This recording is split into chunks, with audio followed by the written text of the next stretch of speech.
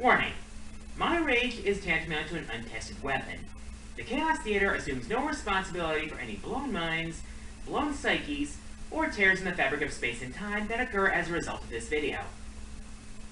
Cue intro!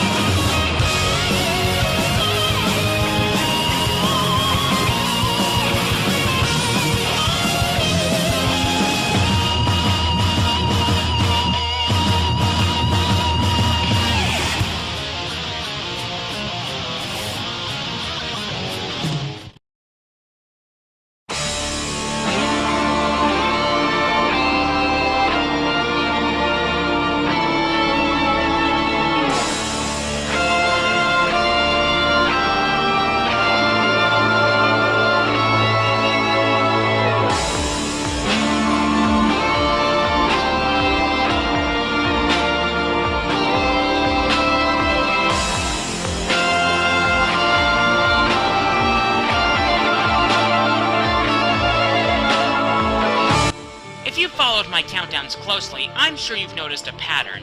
Namely, the fact that nearly all of them have been rather positive so far. That's because I've never had an excuse to really let loose and release my fury. After all, it's been rumored that my rage has the power to tear the dimensions apart. Well, that's about to end here. That's right, I'm about to list my top 15 most hated video game characters. Now, there will be some familiar faces on here, but a lot of these characters have escaped notice on these lists until now. I'm also aware that some of these characters are meant to be hateable, in which case, kudos to the writers because they've definitely done their job. Aside from the standard protocol, I need to warn you that there will be spoilers on this list. Also, this is going to get extremely ugly in terms of the script. I am showing no mercy whatsoever. So if you're especially conservative, leave now. And with that, it's rage time!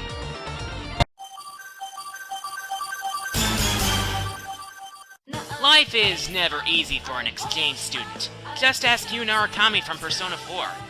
Not only is he in unfamiliar territory, but he gets dragged into a murder mystery, has to fight supernatural creatures on the other side of a TV, and to top it all off, he ends up with one of the worst fucking homeroom teachers around. Mr. Moroka, also known as King Moron, is one of the most irritating portrayals of a teacher I've seen in a video game in my life. Most of what he does in the game is lecture you. First day of class, he lectures you. Interested in joining a club? He lectures you. Midterms coming up?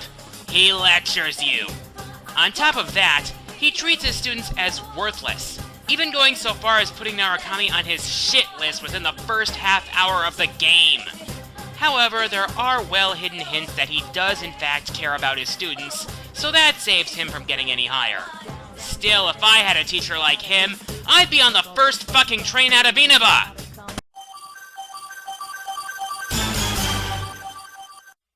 Now, this is a personal thing. Okay, these are all personal things. But I can't stand Zelos Wilder from Tales of Symphonia. Why? Well, for one thing, this guy is a seriously stuck-up asshole. He talks a lot about how handsome and how awesome he is. Second, he's a total womanizer, who hits on pretty much any intelligent creature with a double X chromosome, and I'm not kidding. And thanks to the fact that many of the female NPCs in the game are apparently very shallow, he gets away with it. Third, he's an idiot, always running his mouth off. To add to that, despite the fact that he's a chosen, he hates that position so much that he's willing to side with the bad guys. But the thing that bugs me the most about Zelos is that he's a shitty replacement for Kratos. He plays the exact same as him without any of the swagger. There's a reason why I choose the path where you fight him. Think of it this way. Why would you want an airhead like Zelos on your team when you can have a badass like Kratos? Never stood a chance. I rest my case. This next character comes from a very overlooked series of fighting games, the Arcana Heart series. Despite its moe appearance, it's actually a very fun series. The Arcana system adds a lot of possibilities, the homing dash makes for some intense aerial combat, and the characters are for the most part at least somewhat likable. And then there's this brat, Kira Daidoji. This girl is a textbook example of genius gone wrong. I mean, she gets a degree at age 10, and how does she want to use this brain power? Why, to take over the world, of course. And her personality is just irritating. Think what you'd get if you'd put 343 Guilty Sparks arrogance in a preteen girl. As for her playstyle, it's not necessarily bad, but it doesn't make any fucking sense. She doesn't even do the attacking on her own, it's all done by that jelly blob thing she has with her. Also, she's very strong, but extremely slow even with her homing dash. On top of that, she has one of my least favorite cliches in fighting games. 360-degree command grabs. I still don't get why they made her the grappler of this roster. In all honesty, I wouldn't mind seeing Zangief crush her skull like Sparrow between thighs! And speaking of Street Fighter...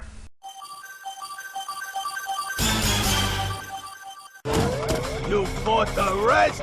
Now try the best! Just why? I know what Capcom was trying for, but honestly, Rufus from Street Fighter 4 is borderline insulting. He's a morbidly obese, idiotic, egotistical loudmouth who annoys the living fuck out of me, especially since I've had to deal with obesity myself. He thinks he's the best fighter in America, and as such will go to any lengths to find Ken Masters so that he can prove it. The problem? He's so stupid that he'll mistake just about anyone for Ken. Hell, in a trailer for Street Fighter Cross Tekken, he even mistakes Bob from the Tekken universe for Ken, when the real Ken is in the same fucking room! And his win quotes are so fucking long that I barely have time to read them before the screen fades out. As for his fighting style, my guess is that he learned all of his moves from watching Kung Fu flicks. And his dive kicks? Cheap as hell. This, my friends, is why Dive Kick is currently in development. 2 buttons, dive and kick. Probably the most complex system that this idiot can manage. Capcom clearly has no fucking clue how to handle its stereotypes. This is all your fault! Ken Master!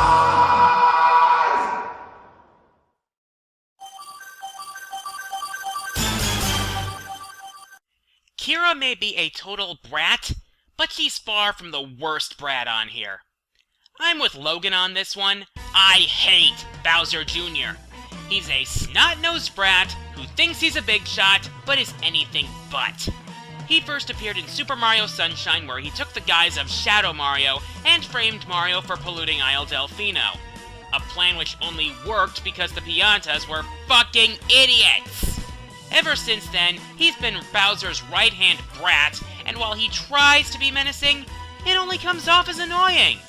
Not only that, but Bowser has been wasting his resources on this brat, as evidenced by the giant machines that he's piloting in the Galaxy games. And you wonder why Bowser keeps losing? Also, he even goes so far as to insult the actual player, not Mario, by blatantly exposing the boss's weak point, even when it's already completely obvious. On top of that, he has the absolute worst boss minigame in Mario Party 9. There's absolutely no skill involved. What's that? There's always no skill involved in Mario Party? Well, there's more no skill in this game than usual. And this brat was the replacement for the Koopalings? No wonder they were brought back in the new Super Mario Bros. Games.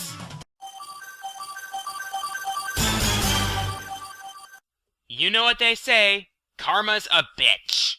Well, if Karma had a son, it would probably have grown up to be the next guy on the chopping block. Objection! Prosecutor Manfred von Karma from Phoenix Wright Ace Attorney. Just looking at this guy tells you he's gonna be a pain to deal with. In the final case of the game, Phoenix's rival Miles Edgeworth is on trial for the murder of Robert Hammond, and Phoenix finds himself opposite Von Karma, who's never lost a case in 40 years, which you think would be respectable. until you learn how he's maintained that record. Throughout the entire case, he manipulates witnesses, tries to hide evidence, and essentially tries to run the case himself. And why does he want Edgeworth to go down? Well, throughout the game, a case known as the DL6 incident comes up a lot.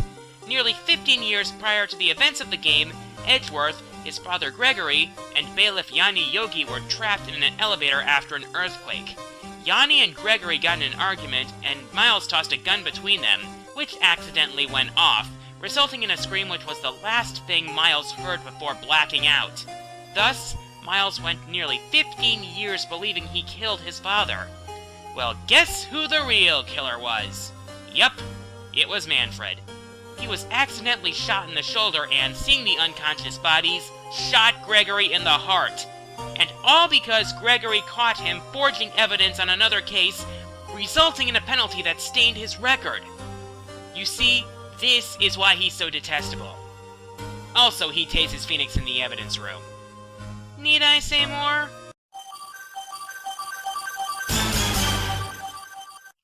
Word association time! The phrase is Final Fantasy.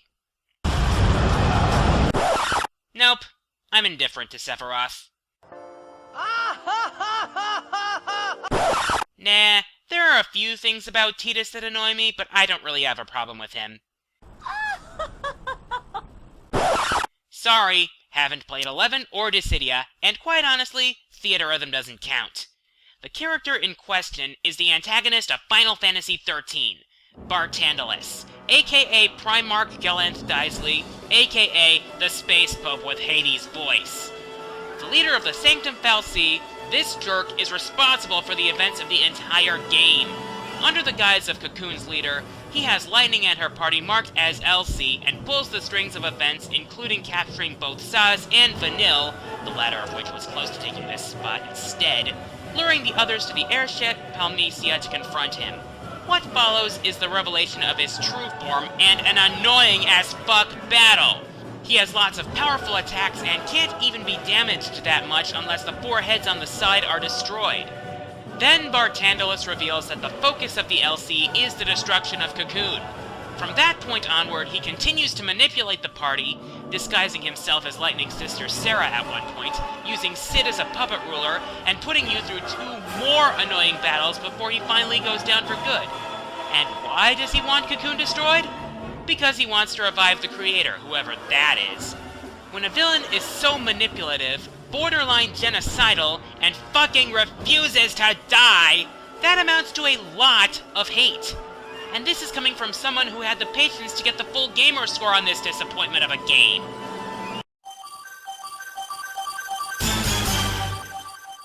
I can't fucking believe I almost left this guy off my list. Meet PETA's worst nightmare, Dr. Fuyuhiko Date, or as we all know him, the Doctor, the main antagonist of Cave Story. This guy is just so fucking repulsive in many ways. Under the guise of a medic, he journeys to the island in search of the Demon Crown. Once he gets it, his levels of dickishness rise as high as the island itself. He started terrorizing his fellow researchers, tried to kill one of them, and then he started to kidnap the innocent Mimigas of the island. With his new minions Misery and Balrog, he began looking for the red flowers which he could use to make the Mimigas go, "No! That joke was stupid the first time I heard it!" Ultimately, by the time Quote confronts him, he's already captured most of the Mimigas and concentrated the flowers into the red crystal. Of course, after an easy fight, he loses control over its power and the fight goes from too easy to nearly SNK levels of cheap. And even with his body gun, he's a complete fucking dick, possessing the island core and mutating both Sue and Misery. Well, at least the undead core is an intense boss. And come to think of it, I take back what I said about SNK levels of cheap. After all...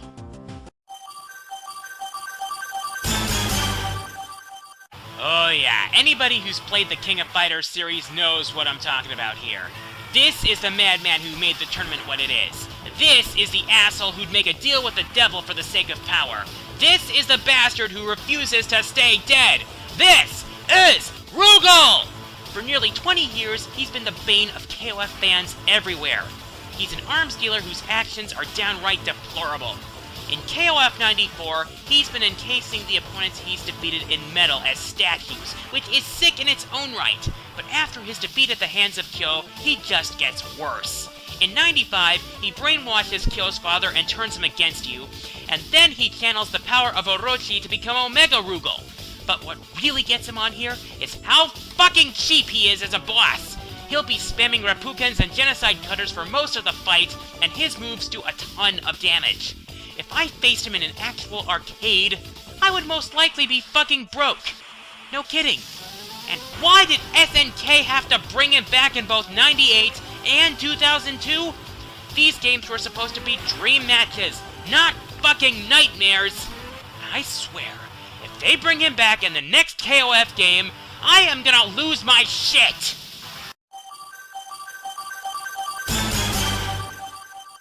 I'm not the biggest Tekken fan out there, but I can still appreciate what the series did for 3D fighters. And with that, you're probably thinking Azazel. Well, I haven't played Tekken 6. But that's okay, because there's been someone worse all along. Heihachi Mishima. Where do I even begin with this douche? Well, the treatment of his family, for one thing. He took over the Mishima Zaibatsu from his father Jinpachi, imprisoning him below a temple to die. What's worse, he threw his son Kazuya off a cliff to test him to climb back up, which he only accomplishes because of the Devil Gene. Somehow, Heihachi survives a turnabout after losing to Kazuya in the King of Iron Fist tournament, only to beat Kazuya in the second tournament and throw him into a fucking volcano! To add to his dickery, he uses his grandson Jin to lure out Ogre in an attempt to capture the beast so he can use it to "I'm not having it, Bison!" He sees his financial empire as a means to an end for power, and he will stop at nothing to get more of it. I think the scene that sums him up best is his ending in Tekken 5. It doesn't matter who you are, even if you're family. If he sees you as a threat, he will find you and he will kill you.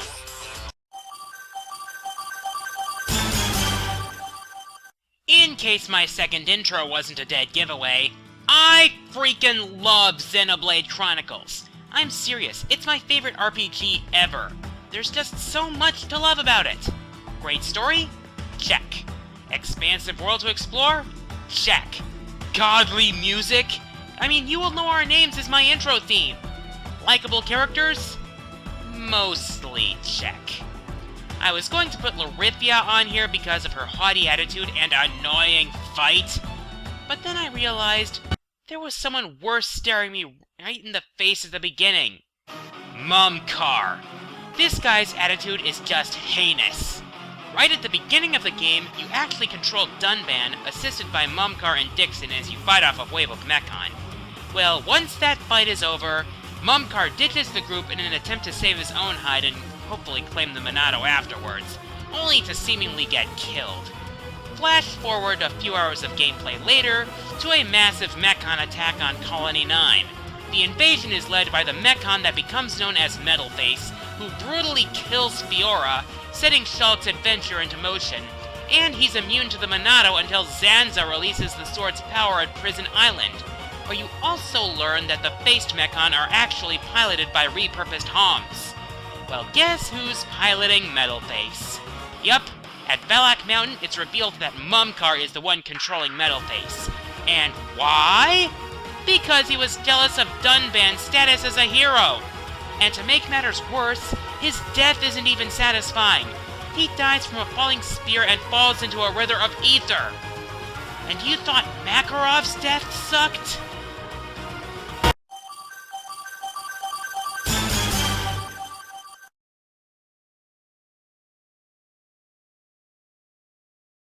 I've mentioned this before, and I'll say it again.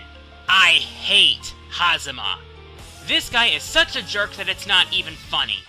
Let's run down the list as to why. He cut off Ragna's arm and burned down the orphanage where he lived and pinned the whole thing on Jin. He betrayed the 6 heroes after defeating the Black Beast, which, by the way, was his failed experiment. He mind-raped Jin after the Ikaruga Civil War. He actually pitches off Rachel, the most imperturbable of the entire cast, he trolled Noelle so hard that she ended up becoming Mu 12, he takes every opportunity to remind everyone how fucked up their lives are, and as a boss, he's really annoying to fight, especially with that shield that drains your health and heals him. But as much as I hate this prick, there's another from this game who I hate just as much. Relius Clover. A colonel in the engineering department of the NOL, as well as Carl's father, this guy's actions are just despicable. Like I've said before, morals and humanity mean nothing to him. All he cares about is his research. And what are the fruits of this research? Well, for one thing, he was involved in the creation of both Nu and Lambda. That alone is troublesome. But what really tips the scales toward monster is he turned his wife and daughter into machines. He turned his wife and daughter into machines! No wonder Carl hates him so much. And the worst part? He thinks of humans as nothing more than things. So who gets this spot? Simple. Both of them! Seriously, they're evil enough individually. Together, however, they're a true tag team of terror. True, their playstyles are interesting, and both of their astral heats did make my top 10, and their personalities have made them villains that many people love to hate. I just hate them!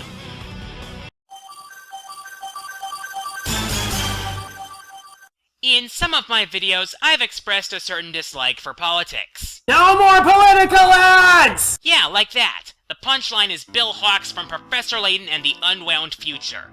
This S-class asshole pretty much encompasses everything I hate about politicians who will do anything to climb the ladder and won't own up to their mistakes. Most of his actions take place prior to the events of the game, but it was enough to make me hate him with a fucking passion. As it turns out, he and Dimitri, one of the game's antagonists, were colleagues in the field of science way back when, and were working on a time machine. Prior to testing it, Dimitri found a flaw and wanted the test stopped. Bill, however, was offered a huge sum of money to fund the machine and ran the test behind Dimitri's back with the aid of Claire, who was Layton's sweetheart. Take a fucking guess what happened. Yup, the test backfired and the explosion killed several people, with Claire supposedly among them. Instead of facing up to his mistake, he used it to climb the political ladder, eventually becoming Prime Minister of England.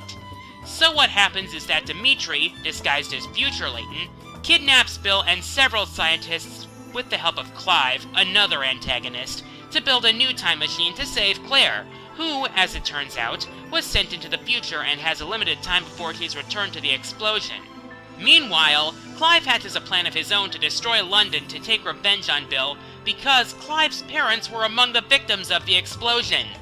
And in the end, when Clive's plan is brought to an end, both Dimitri and Clive apologize for their actions, but Bill just has Clive arrested, claiming that criminals are the worst scum in the world.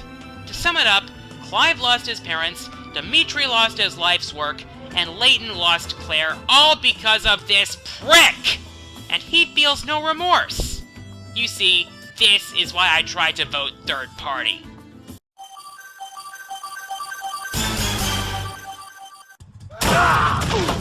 Bart! There you are! Travis! Took you long enough! Okay, I know this is the most predictable character to put on this list, and you're probably tired of hearing about him. But I'd be hard-pressed to find someone who doesn't hate Bastard Twat Jr. He's the head of the Pizza Bat Corporation who had Bishop murdered at the start of the game, and he's infamous for being one of the most hateable characters in gaming. And guess what? I hate him too! Just looking at him is a bad sign. He has nerdy glasses, a tacky suit, a pizza tattoo that covers half his face, huge buck teeth, and an absolutely grating voice. But that's just scratching the surface. The worst part is the fight with him. After a cutscene in which Jasper makes it look like he killed Henry, Sylvia, and Shinobu, he'll attack you from his flying car, and it's insultingly easy until you're forced to lose a blade clash and get grabbed, only to get saved by Henry, who is alive and well, revealing that Jasper's been trolling you this whole time! But it gets worse when he goes from a nerd and a flying Herbie to Titanium Batman and starts spamming you with attacks that are almost impossible to dodge unless you've been studying Omega Snake's boss videos. including the Hurricane Punch, which, if you're anywhere between him and a window, well... They threw him out the window. At least the third form is... What? So we went from a nerd in a flying Herbie, to Titanium Batman, to the Stay Puft Marshmallow Man who can punch you from nearly anywhere and blast you with lasers? His death isn't even satisfying. You don't even get to see him suffer!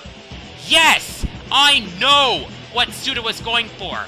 That this fight was meant to symbolize the fact that revenge is never satisfying. But this is not how you do it! What's that? All this has already been said before? Man, I need something new.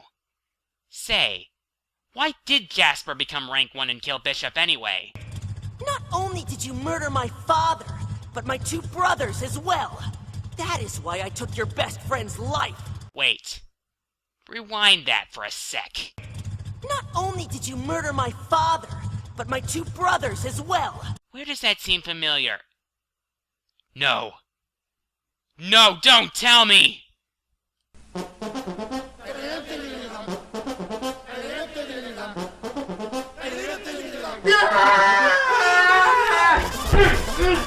Why did I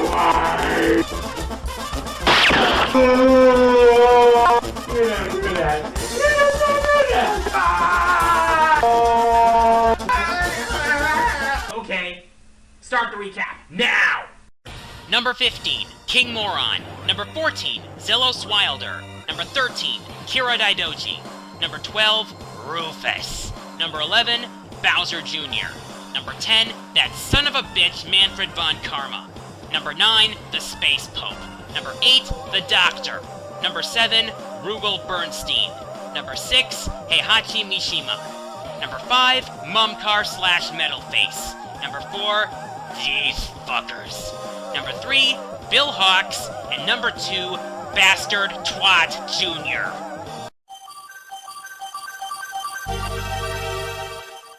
Alright, I've had my share of jokes up until now, but here, playtime is over. I'm about to release the full extent of my rage upon my most hated character not only in video games, but in all media.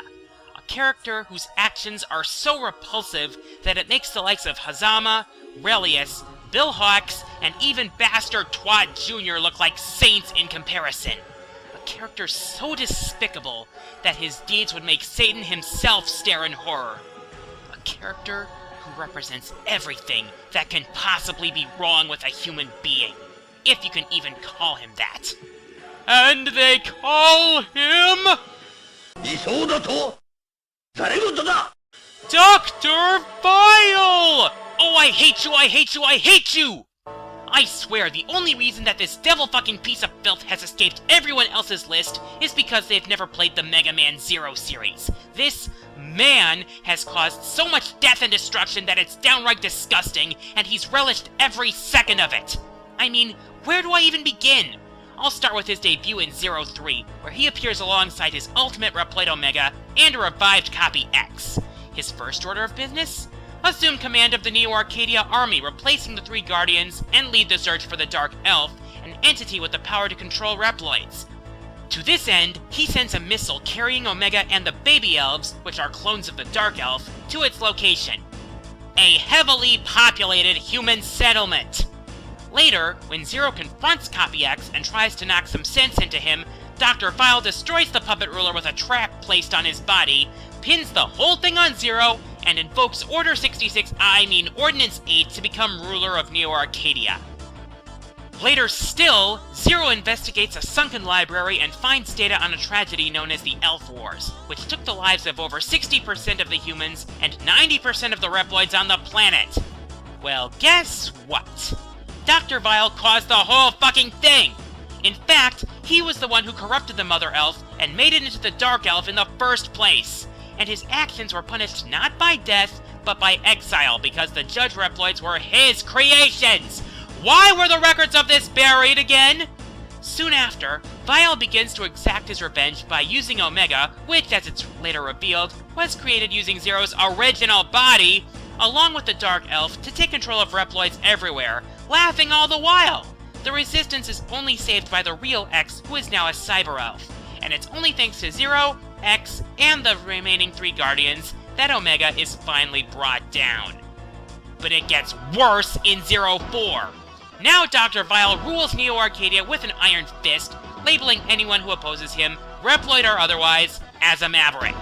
As the game opens, his forces are attacking a caravan trying to escape his rule. When the caravan and the Resistance discover nature returning to Area Zero, Vile initiates Operation Ragnarok, sending the 9 Herjar, the 8 warriors, to destroy all traces of nature. However, that's just a front for the real threat. Ragnarok is really an orbital laser cannon set to attack Area Zero until Kraft, one of his generals who got fed up with being a fucking puppet, uses it to attack Neo Arcadia instead, intending to destroy Dr. Vile with the blast. Most of the humans escaped thanks to the Resistance, but that was still overkill. Well, at least Dr. Vile's dead, right? Then why is Ragnarok on a crash course with Area Zero? Well, guess what? Vile survived the attack because he was given a regenerating body before he was exiled. What follows is an admittedly incredibly satisfying battle, because you finally get to bring this bastard down! Of course, it comes at a price. The death of Zero, one of my favorite characters in all of gaming. And even then, his influence lingers in the form of Biometal Model W, the catalyst for the events of Mega Man ZX and ZX Advent. I wish he could just stay dead, to be honest. His actions, his sadistic personality, his manipulative nature, his insatiable lust for power and destruction, his belief that being able to control everything is the ultimate joy, and his utter contempt for ideals such as justice and freedom make Dr. Vile, without question, my most hated character in all media. And do you know what the worst part is? The absolute worst part is the very real possibility that such people exist in our own society today. Think about history's most hated figures. Hitler, Stalin, Mao Zedong, Napoleon. People like this, who desired nothing more than power and control. It's people like this who bring despair upon the world and completely disgust me to the point of utter hatred. If people like this gain power, then we as a society are screwed. I'm the quarter guy, and if you're anything like this devil-fucking, crap-hearted, shit-souled son of a bitch, then do mankind a favor. And clean up your fucking act!